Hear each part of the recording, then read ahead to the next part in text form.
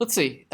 So here we have already created, at the beginning of the lecture, right, we created a boilerplate Angular 4 application, right?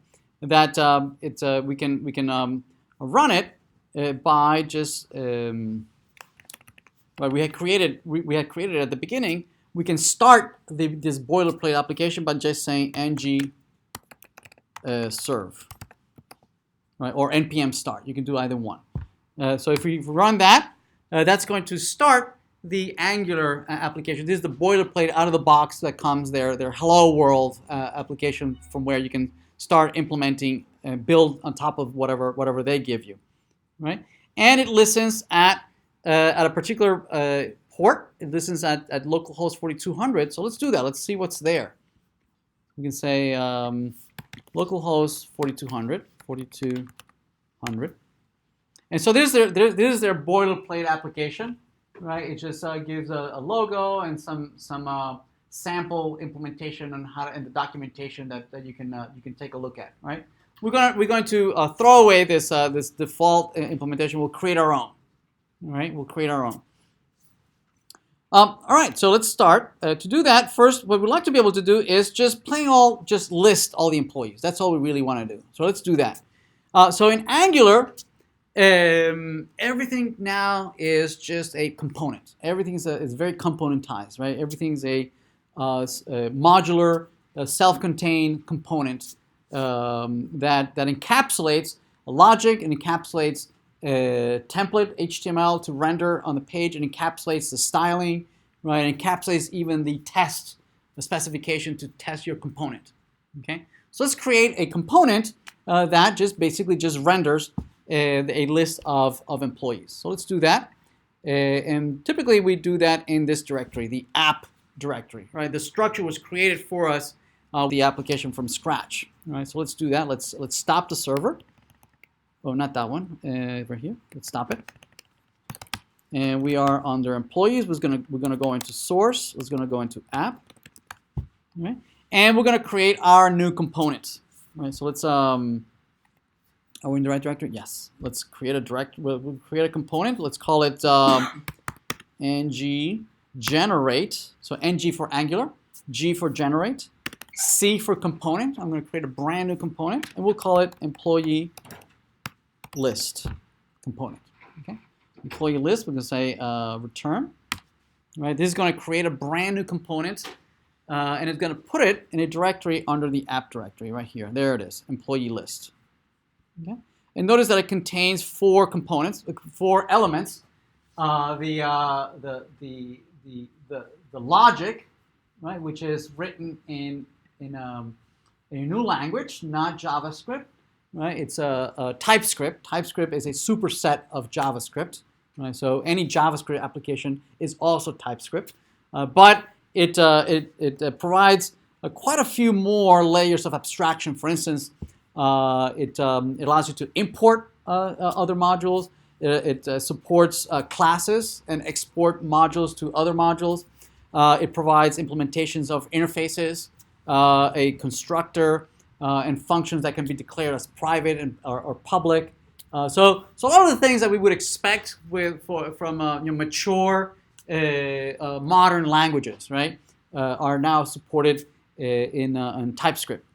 Also supports aspect-oriented programming, right? Injection that you would expect, right? So there's our component. Right now, it's a very trivial component. And it's mapped to this brand new HTML element name, app-employee-list.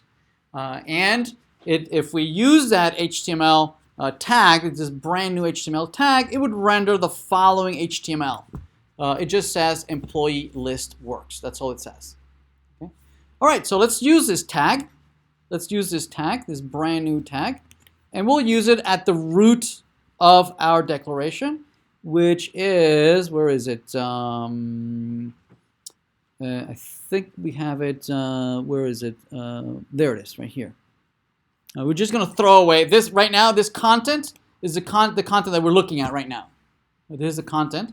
We're going to replace all this. We're going to just remove it from here. Notice that immediately oh no, it's not running. I stopped it. Let's restart it. Let's restart it. ng serve.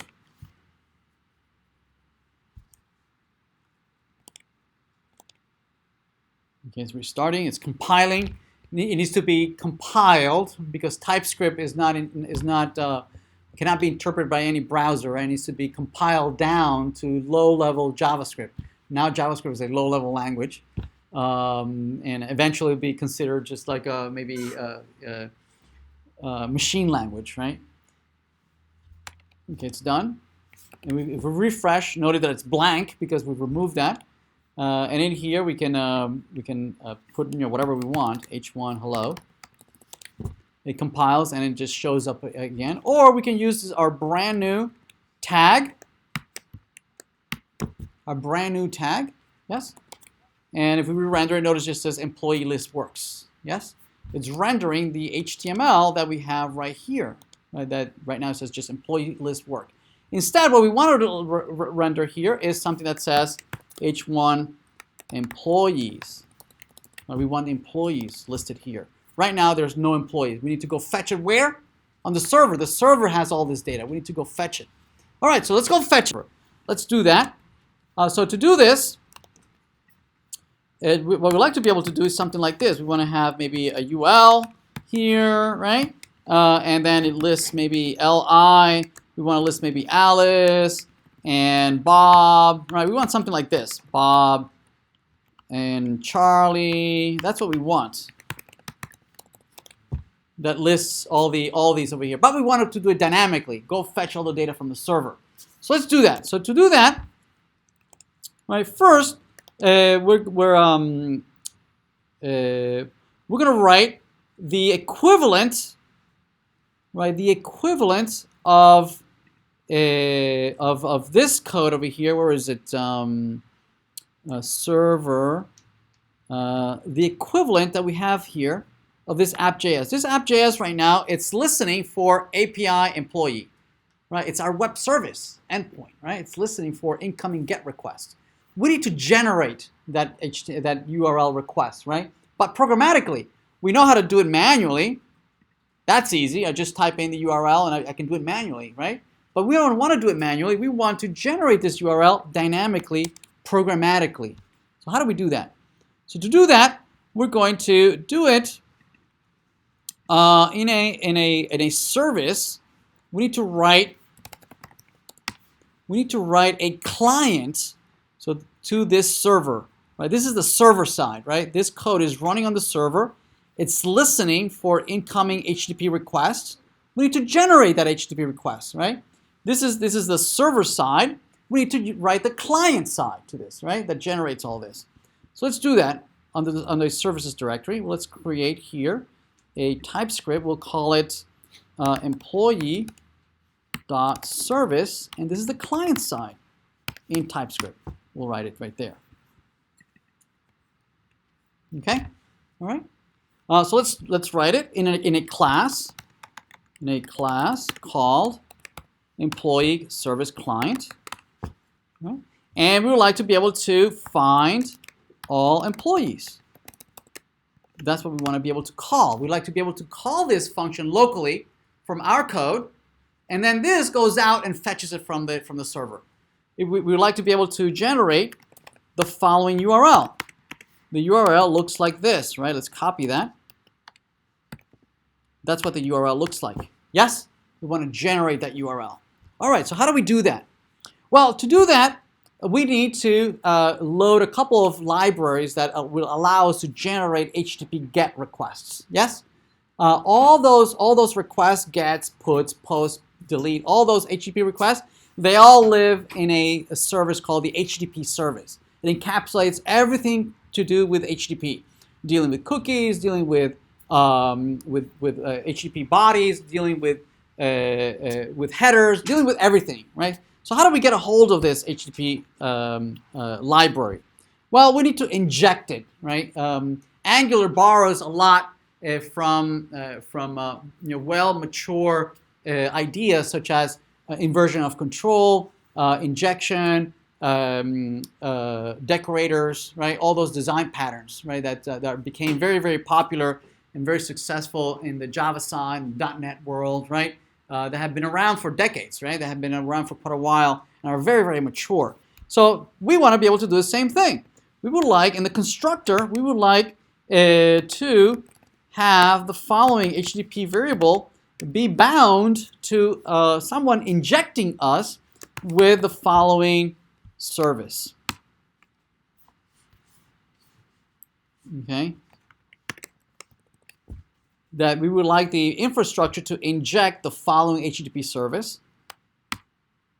It's that one, yes, it's Angular HTTP, and it immediately loads it as a dependency. It imports it, see that? And my IDE, for some reason, doesn't like double quotes. So there it is. So we have our HTTP injected into our component, okay? And now we can now start using this HTTP, right? And generate this HTTP dot generate a get. There it is. We're generating a get. The URL, here's the URL. We're generating that URL, okay? Make sense? That URL is going to be asynchronous. That GET request is going to be asynchronous. Just the same issues and same problems we had of the Node.js server communicating with the database, right? That needed to be asynchronous because they were separate processes. We have the same issue here, right? The browser is running somewhere across the world. Anyone who's using this browser is communicating with our server, which again, it's running halfway across the world. Two processes need to communicate asynchronously. So this, same thing, this generates an asynchronous call. Generates an asynchronous call. And we need to be able to subscribe to this event, right, when it comes back from the server, right? So let's do that. So to do that, we need to import another little magic here. We need to import all the AJAX libraries that know how to parse all this communication back and forth and the handshaking between the client and the server. All that is implemented inside of the RxJS library under the Rx namespace, right? Okay. All right. So .get is going to give back to us somewhat of a more powerful version of a promise. A promise allows you to deal with just one response, right? Here Angular 4 has a much more sophisticated mechanism that allows you to return any number of promises, right? And then you can deal with promises, iterate over several promises. In this case, we're going to use map, right? Map is going to iterate over all the promises that comes back from the server, and look at the response that comes from the server, and call a function, an anonymous function. This is how the new syntax for anonymous functions is. You're using the arrow syntax, right? And we're just going to return this. We're going to return the response parsed as JSON. And this is going to return. We're going to unwrap whatever comes from the server. We're going to parse it as JSON and then return it. We don't have response. We need to load that too. That's also in the HTTP library. There it is. Okay, so we have a little client that goes out to the server and fetches data from the server. Parses it as JSON, unwraps it, and sends it back to whoever uses this, right? For other folks to use this little service, right, we need to export it. So let's export it. Export, right? That's the new syntax to be able to wrap this as a module that can then be imported by other folks. We also, just like HTTP here was injected, right? This was injected into our constructor. We didn't have to instantiate it, right? Somebody else, the infrastructure is injecting an instance of the HTTP. It's a singleton. It's a singleton HTTP instance, right? That is used everywhere throughout the infrastructure. We would like to be able to do the same thing. We would like to be able to inject our our little client here, service here injected into other folks that might want to use this, right? We don't want other people to have to instantiate this, right? Instances of this class. Instead, we want a singleton, right? And everyone will use this one instance of this over here. So to do that, we're going to decorate this as an injectable. This is injectable, right? Again, very, very Java-ish kind of like where we decorate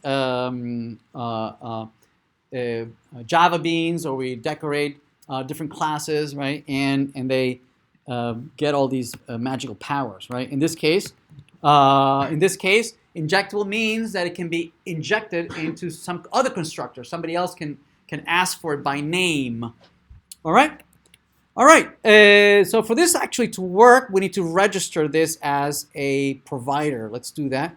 In the modules, we need to declare this so that it can be known across the entire infrastructure as something that can be injected, right? So to do that, we need to declare this, our employee, where is it? Employee service, there it is. We declared it, and immediately it imports it. And it's annoying that my IDE doesn't like double quotes. Okay, now I've declared it as provider, so now anyone can use this. In particular, who do we want it to be used by? Our component.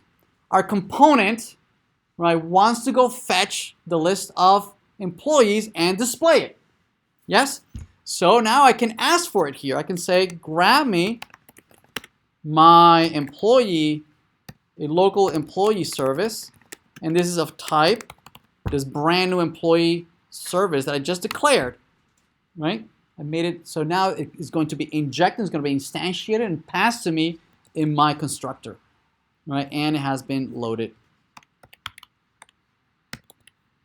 All right, now I have my service. Once I have my service, on init, right, when this component is instantiated, right, the first thing I'm going to do is I'm going to use that service to go fetch data from the server, right? I'm going to call it, right? I'm going to say this dot use the employee service to go and find me all the employees. Go find me all the employees. This is going to return a promise, right? We no longer call them promises, an observable, right? An object that can be observed, and we register for a callback, but we don't call it register now. We call them we're going to subscribe, right, to this observable, and it's going to notify us when something happens, right? In this case, we're kind of waiting for the server to come back with the data, right? At some point, we're going to subscribe.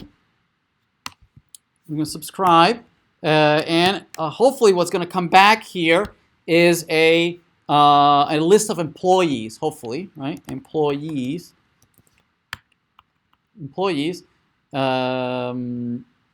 of type. Well, we don't really know what the type is.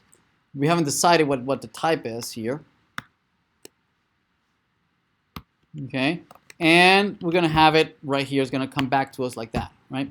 Right now, what we could do, if we don't want to decide what type this is, we could say that this is perhaps an array of any, right? We don't want to know what the type is, right? Ideally, we would strongly type that, and we create a class of employees, right? Just like we did schema on the server side, we would do the same thing on the client, right? We would provide a schema that would represent employees on the client side as well. So what we'd like to be able to do is bind it to a local variable, maybe employees, which is also of type array of any. Okay, and bind it. We can say this dot employees is equal to the employees that comes from the server. Okay, all right. Now that we have that, what we'd like to be able to do is render this somewhere, right? Ideally, we would render it in our HTML templates. Okay, we would render it. Maybe let's render it over here.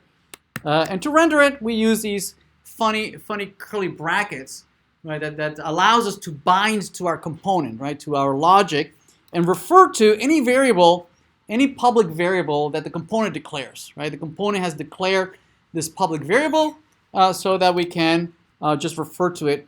Oops, we can refer to it here, employees. All right, so let's see if this blows up.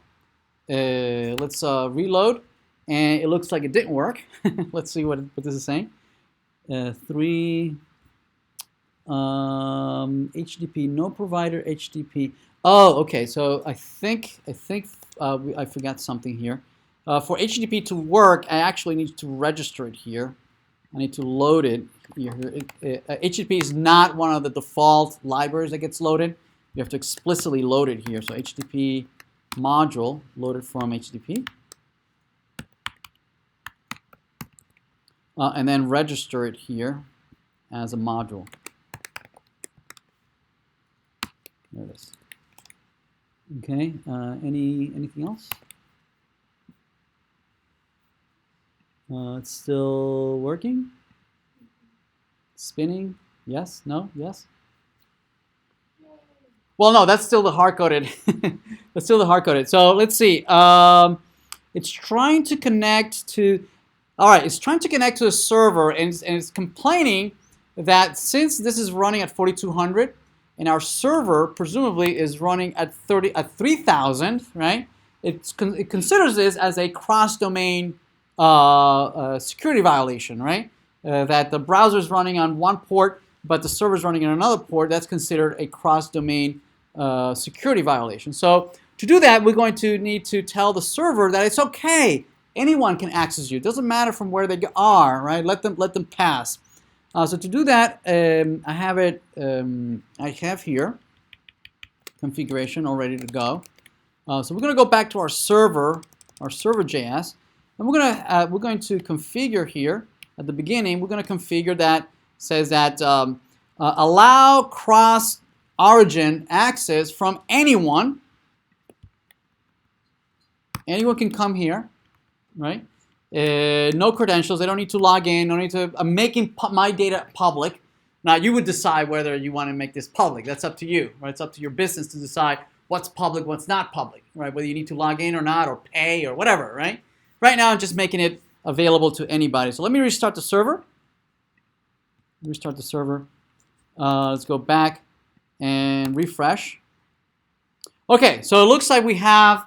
Objects or array of objects come back from the server. Okay, let's see how many. 1, 2, 3, 4, 5, 6. And I don't know. Is that how many we have in the database? We have 1, 2, 3, 4, 5, 6. Okay, that's promising. Looks like we're getting back objects back from the server. Well, we just need to be able to iterate over them, right, and display them. So let's do that next. Let's go back to our template. Let's remove our hard-coded data and instead iterate over this, right? So what we're going to do is that we're going to take this as a template, right? We're going to template, and what we wanted to be able to do is just copy and paste this li as many times as there are objects in employees, correct? Right. So let's do that. What we can do is say, well, first this is not just Alice. We're going to iterate. We're going to do an ng angular for, like a for loop, right? This is a for loop, and we're going to declare a local variable employee, and we're going to declare a local variable employee for every single instance in the array, yeah, of employees. So of employees. Okay, so this is going to iterate over all the employees.